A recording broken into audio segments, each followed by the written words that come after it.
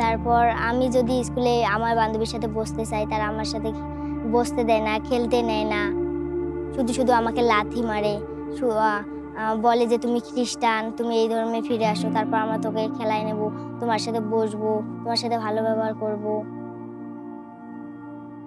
আমি স্কুলে যাই 2 কিলোমিটার রাস্তায় একাই হেঁটে যাই। আমি যদি কোনো অটোতে বা রিক্সাতে চড়ি, তারা আমাকে নেয় না, খ্রিস্টান বলে গালিগালাজ করে। যদি কোনো মুন্সিরা আসে, বলে একে নিয়েছো কেন, এ তো খ্রিস্টিয়ান, একে নেওয়া যাবে না। তখন আমার খুব কষ্ট লাগে, তখন আমি কান্না করি। তবু আমি খ্রিস্টান বলে আমি তো ওদের ক্ষমা করে দিই।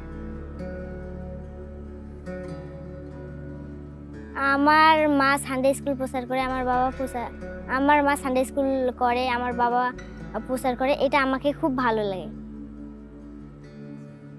বাইবেল পাঠ করলে আমরা অনেক কিছু পাই, বাইবেল পাঠ করলে আমরা জ্ঞান বুদ্ধি পাই, বাইবেল পাঠ করলে আমাদের অনেক ভালো লাগে। প্রার্থনা করি, 101 গল্প বই পড়ি।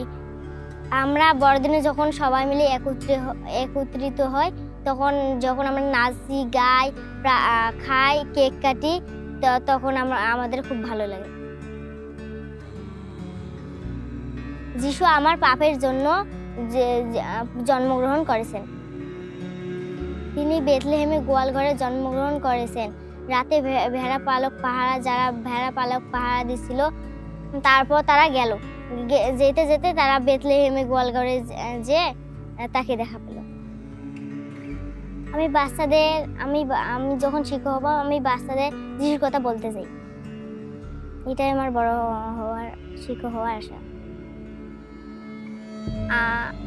যারা আমার সাথে খারাপ ব্যবহার করে, বাজে কথা বলে, যারা আমাকে ভালোবাসে না, ঘৃণা করে, তাদের আমি ক্ষমা করে দিই, কারণ যিশু আমাকে ক্ষমা করেছেন। এই জন্য আমি তাদের ক্ষমা করে দিচ্ছি।